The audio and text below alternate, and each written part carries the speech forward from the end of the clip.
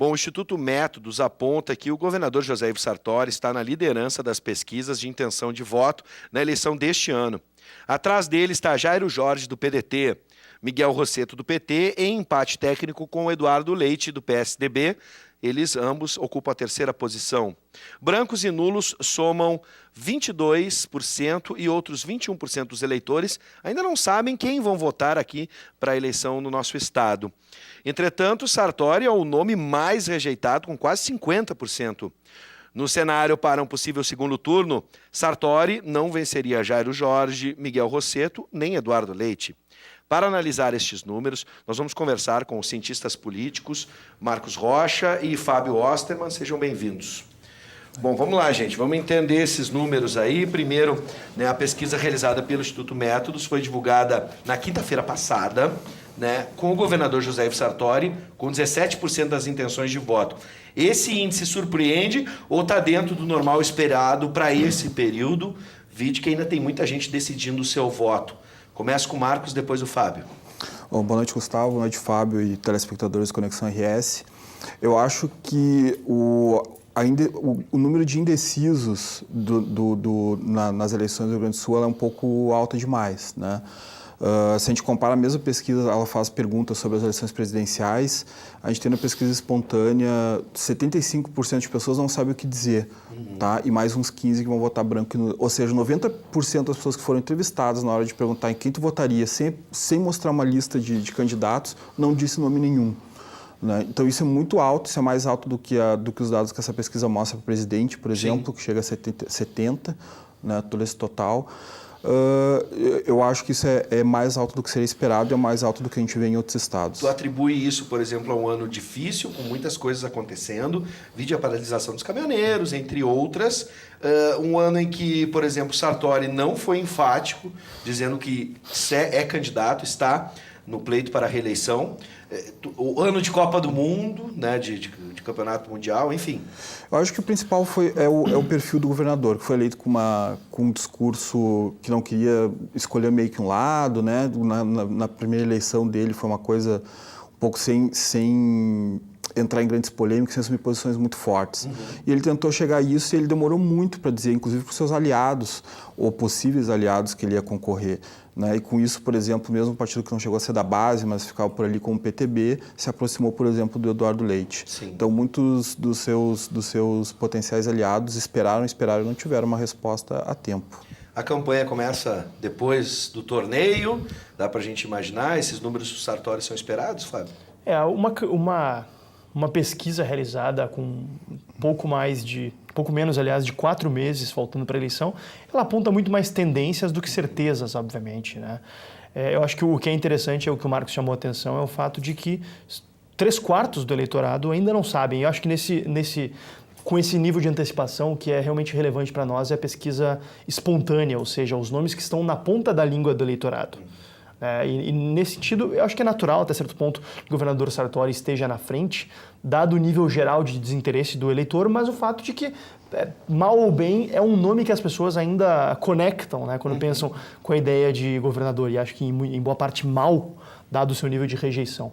Acho que a eleição para o governo do estado vai ser uma eleição bastante interessante, porque vamos ter nesse ano, diferentemente dos anos anteriores, pelo menos 4 candidatos bastante fortes, com muita estrutura, com muito tempo de TV, e também temos, claro, enfim, a possibilidade de ter candidatos vindo aí, os outsiders, como é o caso do Matheus Bandeira do Novo, mas acho que existe uma grande tendência de termos aí uma polarização bastante grande entre esses 4 principais candidatos, que são Jairo Jorge do PDT, Sim. Eduardo Leite do PSDB, o Heinz do PP, Sim. Miguel Rosseto aparece. Aliás, temos 5, na verdade, se considerarmos o Miguel Rosseto que está vindo aí sem grande convicção, parece que, enfim, o PT não parece tão decidido e tão convicto a respeito da candidatura dele, mas ao que tudo indica, será sim o candidato do PT. Mas eu imagino que vai ser uma candidatura muito mais pro forma, como foi a candidatura do Raul Ponte à prefeitura em 2016, prefeitura de Porto Alegre. Então acho que o Miguel Rosseto eu provavelmente colocaria fora desse grupo. É claro que existe um eleitorado cativo petista, mas acho que as chances de crescimento deles acabam sendo limitados não só pela rejeição ao PT, mas pela própria figura do Miguel Rosseto, que é um quadro técnico do PT, mas que eleitoralmente, enfim, não não tem performado muito nos últimos anos, né? Foi vice-governador, claro, mas quando foi candidato ao Senado, não teve qualquer destaque. Agora, no caso de Sartori, vamos ficar ainda nos números do Sartori quanto à rejeição. E a gente entrevistou o governador Sartori há cerca de 2 semanas, uma entrevista exclusiva. E a pergunta sobre a reeleição foi feita e ele não deixou clara a posição. Esse número de rejeição pode, na opinião de vocês, inviabilizar, causar uma desistência no partido frente ao nome de Sartori para a reeleição no governo do Estado? Começo com o Fábio. Eu acredito que não. Acho que a rejeição dele é uma rejeição, claro, que, enfim, é maior do que de todos os outros, né? E maior de longe. O Sartori, eu tô até colando aqui, está com 47,7% nessa pesquisa da Métodos. Em segundo lugar viria o Miguel Rosseto, com 24,6%, que provavelmente essa rejeição é muito mais ao PT do que propriamente ao nome dele, que é um nome relativamente desconhecido do grosso do eleitorado. Né? O que reforça também o fato de que, na última eleição ao governo do Estado, a gente teve uma polarização muito clara entre PT e o polo anti-PT. Né? Eu até costumava dizer que a Ana Amélia, em parte, perdeu a eleição porque ela deixou insatisfeito o maior partido do Brasil, do Rio Grande do Sul, que é o partido antipetista. Porque o PT, inclusive, pelo fato de ter tido tanto tempo de governo, tanto no governo do Estado quanto na Prefeitura de Porto Alegre, acabou criando uma rejeição natural do desgaste do processo, além, claro, dos seus diversos equívocos que provavelmente precisariam de um outro programa para a gente falar a respeito. Mas a rejeição do Sartori não me parece algo irreversível, enfim.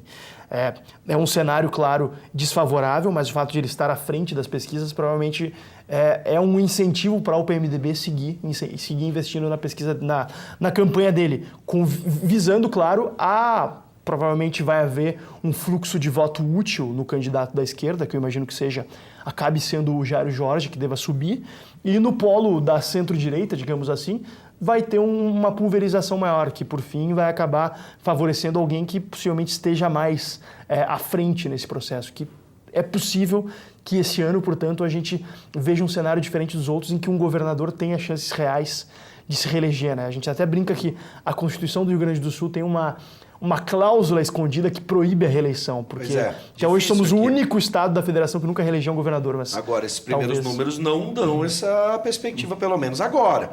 Né? Se a gente for ver, então, em cima da rejeição de 50%, o que aponta a pesquisa para o segundo turno, Marcos, o Sartori não vencer nenhum dos outros 3 candidatos.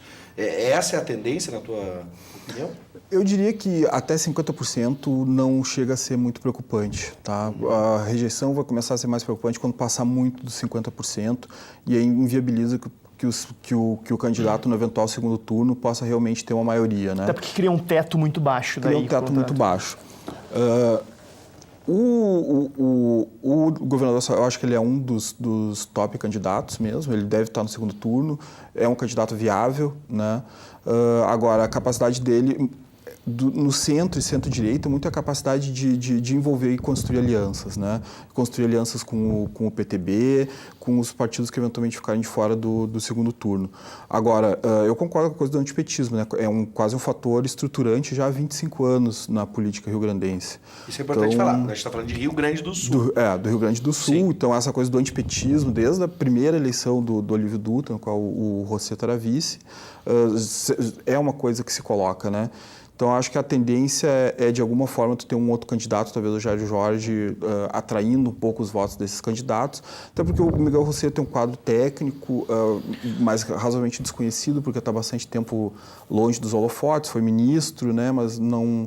Meu colega de mestrado, lá no mestrado do meu programa. No caso do Jairo Jorge, por ele ter passado pelo PT e ter saído agora, se isso pode simpatizar, de certa forma, com esse eleitorado antipetista. Todo mundo quer se afastar do PT, mas quer os votos do PT. Então, isso depois que a gente comentar, talvez, a campanha do presidente, a gente vai ter que falar sobre isso. Deixa eu só lembrar que você pode participar da nossa conversa, 99588-2374, pelo WhatsApp, mas só mensagem de texto. Você pode fazer como o Davi Ferreira, de Canoas. Seja bem-vindo, Davi. Ele já aponta uma coisa que a gente começou falando, sobre os indecisos e aqueles que já se decidiram em não apoiar nenhum, vão votar branco ou nulo.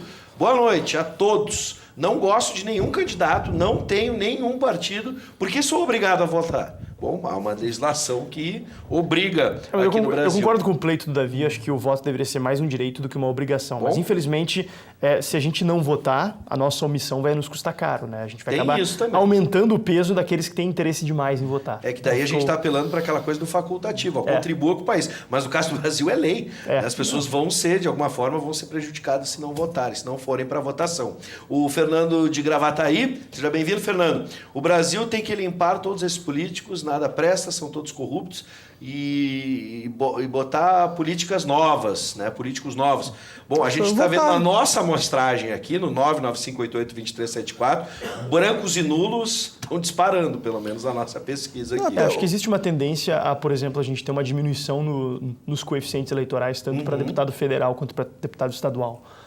O que é uma pena, porque o que se percebe é que, geralmente, o eleitorado mais esclarecido e mais crítico sobre o processo político é quem acaba incidindo mais na abstenção, né? Enquanto que o eleitorado que vota a cabresto, ou que vota o popular voto comprado, esse não deixa de comparecer. Sim. É isso que seria interessante que as pessoas entendessem. Das consequências dessa diminuição do coeficiente eleitoral é como a legislação hoje vai colocar os partidos que não fizeram uma vaga de deputado na distribuição das sobras.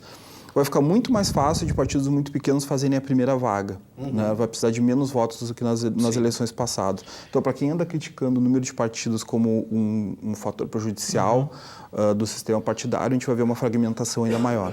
Bom, vamos analisar os que estão abaixo nessa primeira pesquisa de Sartori, né? A gente tem ali o Jairo Jorge, que a gente já falou um pouco, na faixa dos 10%, Miguel Rosseto e Eduardo Leite, tecnicamente empatados com 8%. Esse equilíbrio deve se manter. Um pouco o Fábio já falou, que esses devem ser os principais candidatos. E por mais que o Miguel Rosseto tenha aparecido à frente do Heinz, eu imagino que, enfim, até pelo próprio fenômeno da popularidade do Bolsonaro no Rio Grande do Sul, que é um dos estados que tem maior apoio à candidatura do Bolsonaro, sem fazer qualquer juízo de valor a respeito, mas o Heinz tende a crescer. Ele ainda é muito desconhecido nos grandes centros, apesar de ser o deputado federal mais votado do Rio Grande do Sul. Sim. Na região metropolitana de Porto Alegre ele não é exatamente conhecido, mas E aí é que tá, é isso que eu quero entender. Por exemplo, para o Heinz crescer, a gente sabe que há uma ligação com o interior do estado, por exemplo. No caso do Eduardo Leite, da mesma forma, esses votos do interior do estado, o que deve ser mais decisivo? Né? Os votos da região metropolitana, que concentram um número grande de pessoas, ou o interior do estado e as suas diferentes regiões? Aí tu tem envolvimento com o agronegócio, entre outras coisas. O que deve ditar na esses caras que foram deputado ou prefeito, Jairo Jorge, o Heinz, o Eduardo Leite, o desafio deles é sair do seu colégio eleitoral, digamos assim, da sua cidade que elegeu, do seu segmento de produtores rurais que votavam nele. Então, a dificuldade vai ser construir um discurso que pegue também o Heinz como conversar com os caras de Porto Alegre, por exemplo, entendeu? Aí que a ideia de criar um discurso que vá um pouco mais para o centro, que dialogue com outros setores do eleitorado, ela se impõe e diz quem vai ser candidato de segmento, que vai ajudar o partido a fazer cadeiras no parlamento e quem é um candidato viável mesmo. Então, não adianta. Para o Heinz ser um candidato que vai para o segundo turno, por exemplo, ele tem que ter políticas para as metrópoles, entendeu? E o Eduardo Leite não vai poder falar só com os eleitores que já conhecem ele de Pelotas. Sim. Tem que conseguir sair para fora de casa. Especialmente porque a região mais povoada é o norte do estado. É o norte do estado e especialmente a região com maior densidade demográfica é a região metropolitana de Porto Alegre. Só que se concentram mais de 3 milhões de habitantes, enfim, um percentual muito grande, apesar de a gente ser um estado especialmente descentralizado, mas ainda assim não se pode eleger governador do estado somente com os votos do interior. Eu concordo muito com o Marcos, mas acho que o mais fundamental é que a eleição está absolutamente em aberto.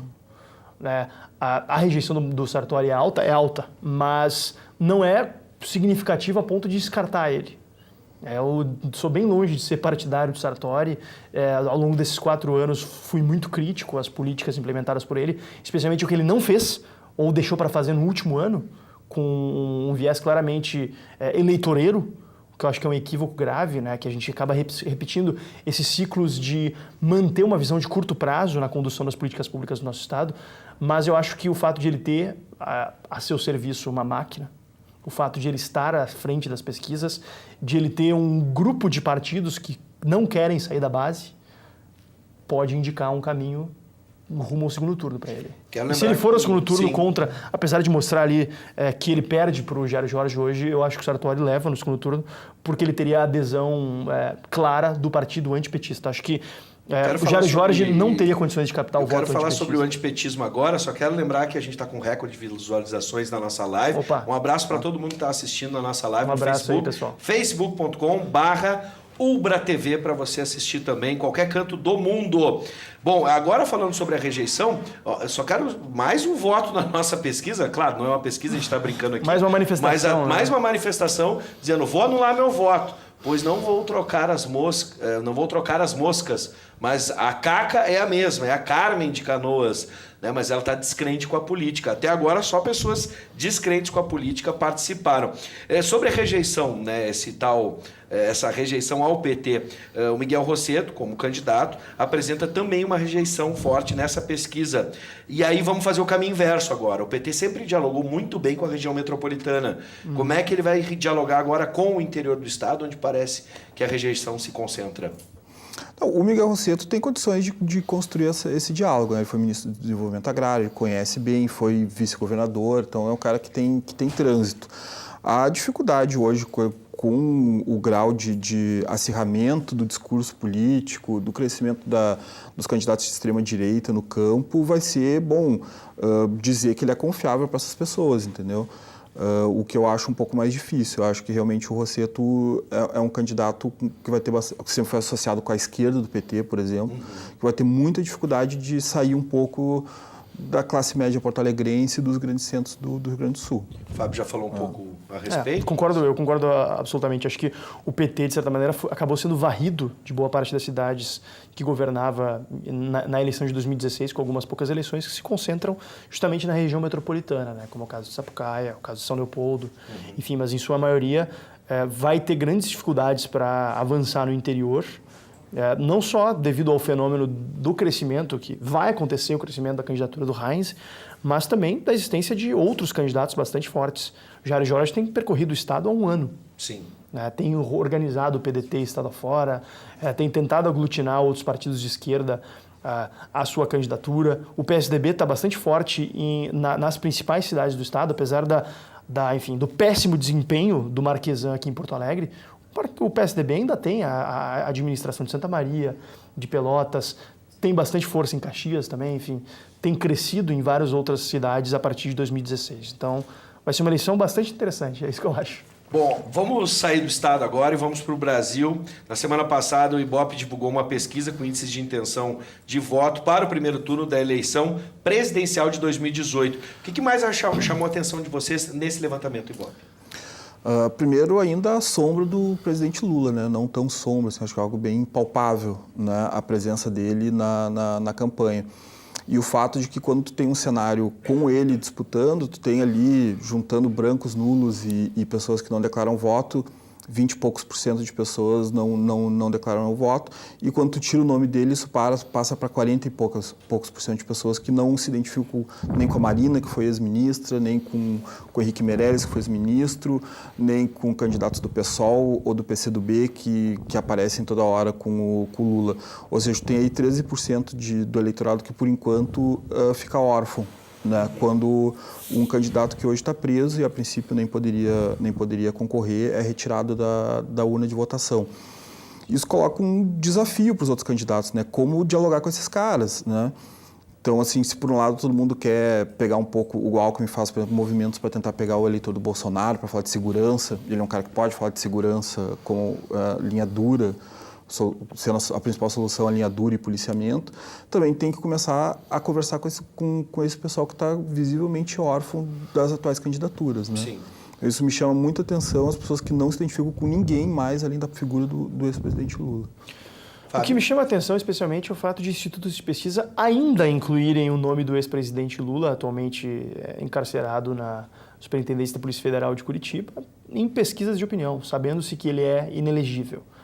Acho que isso bagunça o cenário eleitoral, isso cria uma incerteza desnecessária, isso acho que acaba prejudicando até o próprio polo da esquerda, na verdade, e a possibilidade de o PT conseguir lançar uma outra candidatura. É o que, enfim, obviamente não é um problema meu, mas é só tendo uma visão de analista, acho que isso prejudica bastante a possibilidade de o PT construir uma alternativa, essa insistência do PT em falar que não existe plano B, que o Lula é o plano A, B, C e D, enfim, a gente já viu o presidente do PT, Gleisi Hoffmann, falando isso em algumas oportunidades, mas o fato é que o Lula não vai ser candidato. Sim. A não ser que, enfim, se tem uma reversão de decisões judiciais transitadas em julgado de forma absolutamente inédita para o Brasil. Mesmo diante da bagunça que tem sido o Brasil nos últimos anos, isso seria a bagunça da bagunça. Então, realmente não creio que isso vai acontecer. O interessante, mais uma vez, é a quantidade muito grande de pessoas que não têm ideia de quem votar na ausência do Lula. Sim. Jair Bolsonaro segue em frente, de certa maneira, disparado, seguido de Marina Silva, o que é especialmente compreensível, dado as pessoas no Brasil, especialmente as pessoas que são avessas às ideias e ao que Jair Bolsonaro representa, acharam nos últimos anos, e acho que talvez até fazendo uma meia-culpa, eu mesmo achei, nos últimos anos, que ele seria um fenômeno passageiro, que se deveria ignorar ou hostilizar, que passaria, mas o fato é que não vai passar. Hoje, eu acredito que ele está bastante próximo do segundo turno, inclusive. Eu vou botar uns números aqui do Bolsonaro, só quero chamar a atenção para duas participações. Vamos lá, na primeira, Guilherme, anterior, tá? Boa noite. Não tem nenhum político sério e são todos que só pensam em encher os bolsos para mudar militares no poder. Hilário de Alvorada, tá? E aí já traz uma outra perspectiva, um movimento que a gente vê, por exemplo, nas redes sociais. Sim. Se é forte, se é grande ou não, mas tem uma visibilidade. Agora, outra, Guilherme, por favor. O problema da política do Brasil não são os partidos pequenos, são 4, 5 grandes partidos que têm o controle financeiro. O Vilney de Charqueadas. A gente falou também na semana passada sobre o fundo eleitoral. Eu me alinho mais a perspectiva do Vilney do que a perspectiva do Hilário. Acho que é compreensível essa revolta da população em relação ao nosso cenário político atual, é absolutamente compreensível. Eu compartilho dessa indignação, não só como cientista político, mas como cidadão brasileiro, que tem visto as nossas instituições se deteriorarem, os políticos parece que fazem o que querem e não aquilo que a lei comanda e que a população demanda, mas a gente precisa entender o cenário. Não é simplesmente tocar fogo em todo ele e achar que vai melhorar. É simplesmente colocar no poder os militares, como foi aquela solução desastrosa de 1964, não vai resolver. Não existe caminho, não existe espaço para isso, não existe a menor possibilidade disso acontecer. Então a gente precisa entender como funciona o nosso sistema partidário, o sistema político e o sistema eleitoral, que é um grande problema, porque no Brasil as pessoas não entendem sequer como funciona o sistema eleitoral. Sim. Elas não sabem como os representantes são eleitos.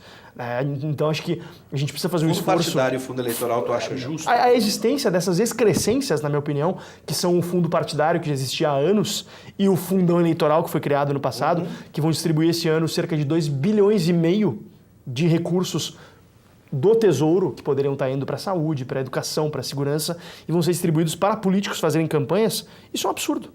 E infelizmente foi aprovado pelo nosso Congresso. Sim. E esse dinheiro vai ser usado para reeleger aqueles que nos trouxeram esse brete. Só para garantir uma outra perspectiva ou não, concordas, Marco, com isso? Eu acho que é excessivo, porque isso faz com que os partidos eles não precisem pedir praticamente dinheiro para a sociedade. A gente não vê aí grandes esforços dos partidos, por exemplo, pedirem doações, porque isso garante uma estrutura mínima, né? Ao contrário dos Estados Unidos, que os doadores são uma peça fundamental, por exemplo, de qualquer processo eleitoral. Sim. Se o cara tem quase um saco sem fundo para extrair dinheiro, que se precisar de mais, aumenta o fundo, tu não precisa ser responsabilizado pela população. Partido político que o presidente do partido tem helicóptero. Tem partido político que tem folha salarial imensa. O PSDB se abriu a caixa preta do PSDB ao fim do mandato do Aécio, se descobriu coisas absurdas lá dentro. Gastos de fundo partidário. Isso aí é uma... Bom, gente, a gente está chegando aos finalmente, ainda tinha alguns números, só para não deixar nada de fora. O Jair Bolsonaro está na segunda posição, se mantém, como lembrou o Fábio, por um bom tempo já nas pesquisas, uma margem de 15%, né, mas com uma rejeição que passa de 30%. Dá para a gente imaginar que ele sim, mesmo com a campanha um tempo reduzido, a gente tem pouco tempo, mas vocês acham que ele ainda vai figurar nas pesquisas nessa posição? Eu acho que a chance dele derreter no primeiro turno ainda é muito grande à medida que candidatos como o Alckmin, por exemplo, mesmo que ainda enfrente muita resistência do PSDB, ainda estão tentando tomar o lugar dele. A hora que vier uma candidatura com bom material de TV, que vai tentar dialogar com gente de todo o espectro político, que vai oferecer manter o Bolsa Família, que vai tentar dialogar com mulheres, coisa que ele fez falando mal do Bolsonaro semana passada, a tendência é as candidaturas grandes crescerem e devorarem o Bolsonaro. Fábio? Eu concordo, eu acho que o Bolsonaro tem chances ainda de chegar ao segundo turno, mas eu acho que as perspectivas são de um derretimento quando a população começar a se interessar mais pela campanha e por se informar, o que geralmente acontece somente ao longo do mês de setembro, mas acho que o nível de rejeição do Bolsonaro e o material propício à rejeição hoje colocariam ele como um grande candidato a perder no segundo turno para qualquer um desses candidatos que estão lá mais próximos. Que teriam mais condições de... o adversário preferido de todo mundo, exato, na verdade. que teriam mais condições de compor com o centro. Tanto Alckmin, tanto Marina, quanto Ciro. Acho que qualquer um desses hoje venceria o Bolsonaro no segundo turno. Não é uma questão de torcida nem nada, mas esses teriam muito mais condições de compor com o centro e com o eleitor moderado, que é efetivamente quem decide a eleição. Bom, a gente conversou hoje, já agradecendo a presença dos dois cientistas políticos, Marcos Rocha e também Fábio Osterman. Sejam bem-vindos e até o nosso próximo encontro, porque a campanha nem começou ainda. Tá bom, gente? Até o próximo encontro. Até.